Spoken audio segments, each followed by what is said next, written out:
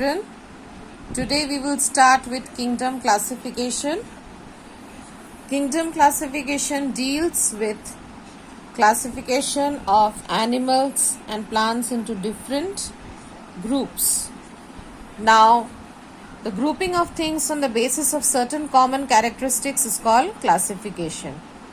The branch of biology which deals with the classification of organism is called taxonomy. Now you have gone to the library, you have seen books kept in different racks according to the subjects and according to the classes. Similarly, there are several advantages of classification or categorizing organisms into different groups, just like the books kept in the library, so that you can easily find them out when you are in need of the book. Classification helps us to identify different organisms and place them in a particular group. It helps us to study the organisms more easily and systematically. It highlights the relationship between different organisms. The characteristics of all members of a group can be studied by understanding the characteristics of a few members only.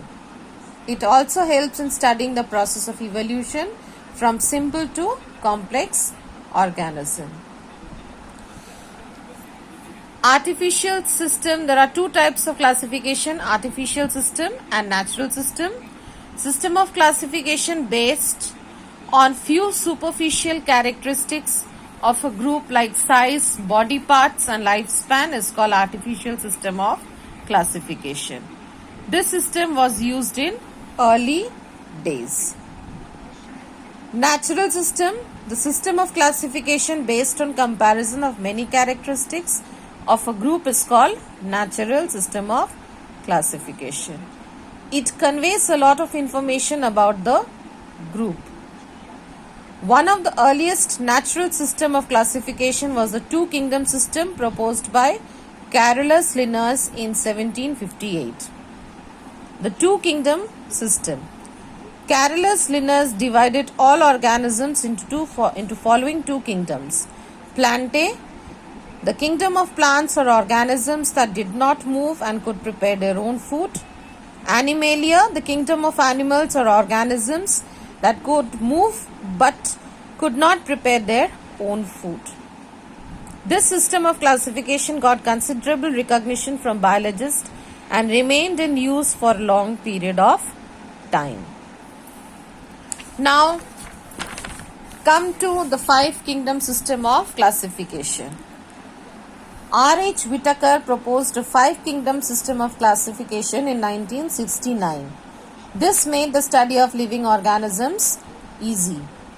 Whitaker arranged organisms into five kingdoms based on the following characteristics like cell structure of the organism, body structure of the organism, mode of nutrition of the organism. The entire living world was divided into five kingdoms: Monera, Fungi, Animalia, Protista and Plantae.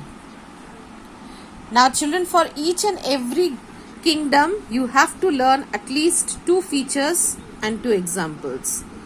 We start with kingdom Monera, which includes all the prokaryotic organisms that do not contain a well-defined nucleus.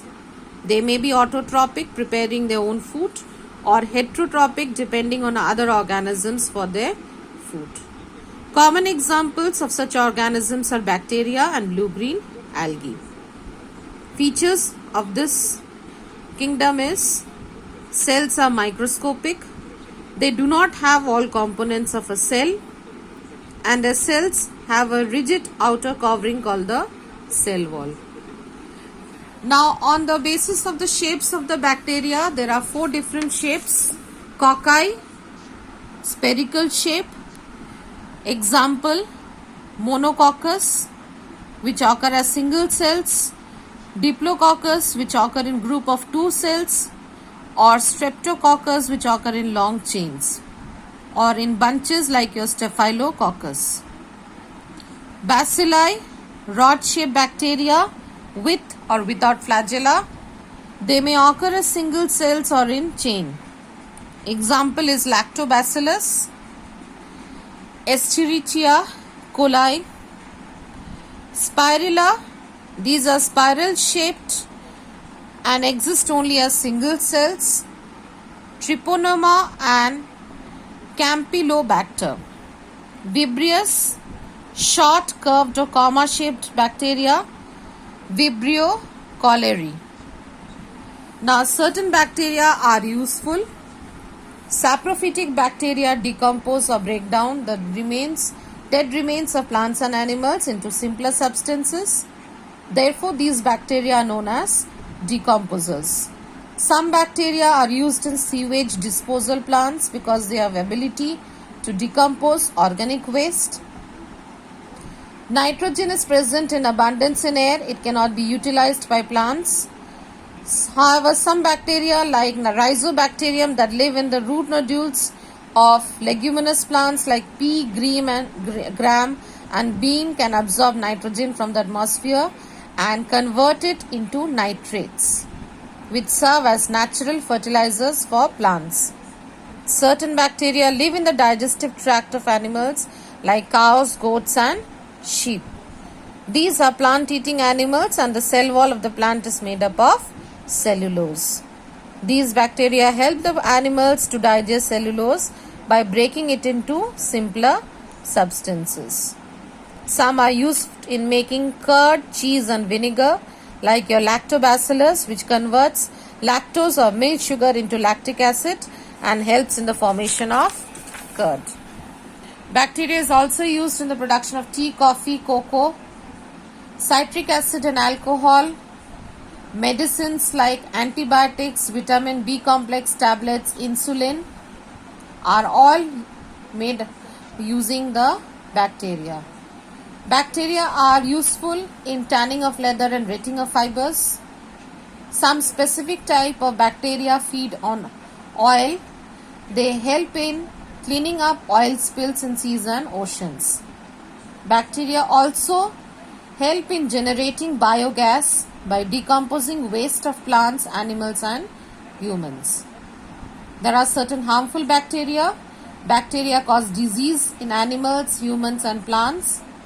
Tuberculosis, tetanus, whooping cough, cholera, leprosy, diphtheria and pneumonia are some diseases caused by bacteria in human beings. Bacteria are also responsible for spoilage of food, rotting of fruits, vegetables and meat. In human beings, bacteria like Escherichia coli cause gastroenteritis and urinary tract infection. Salmonella causes typhoid and food poisoning. Tuberculosis is caused by Mycobacterium tuberculosis. That's all for today's class. In the next class, we will start with kingdom Protista. Thank you and have a good day.